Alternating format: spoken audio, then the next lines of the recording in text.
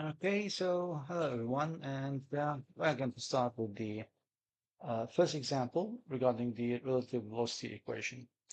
So in the example we see in the front of us, we have a rocket or a missile is launched at the velocity of 200 meters per second. Then suddenly there's a failure in the engine that causes the missile to rotate with the omega of 3 radian per second. The G is still moving upward at 200 meters per second. It's required to find the velocity at the nose B.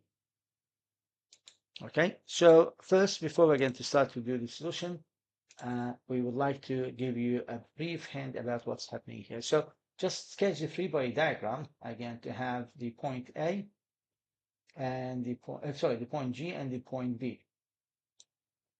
And we have an omega going to that direction.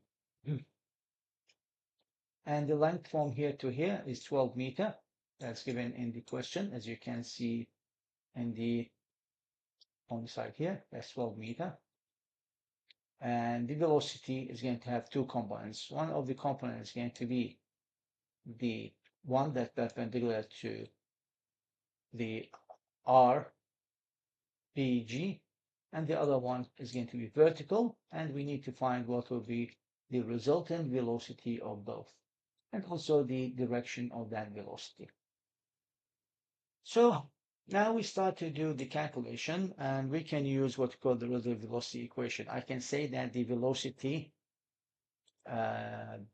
velocity v as a vector is going to be equal to the velocity g as a vector plus the omega k multiplied by the r dg. Okay, and we should get the value from there. The k, of course, is for the vector thing.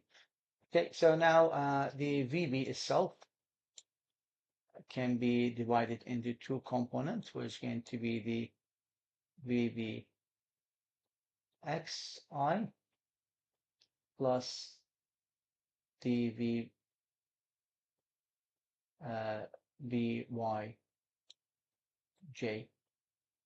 Well, the vg is given as 200 in the one direction, which is what upward. So the vg is going to be equal to 200 j.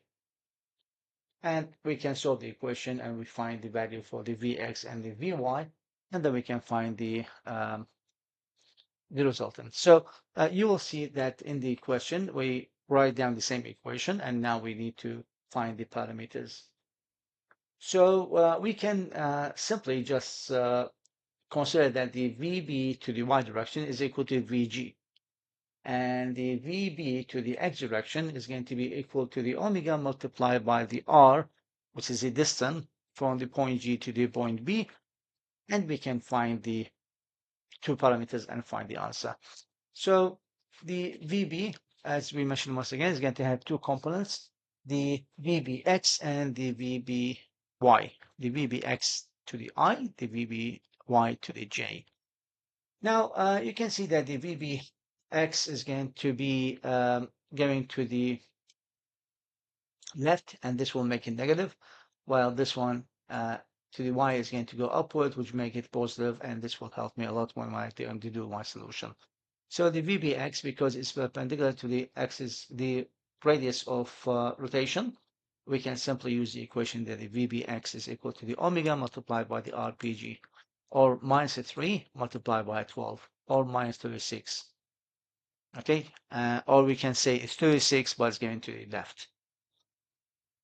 Now, for the VBY is going to be equal to the VG, which is the 200 meter per second upward.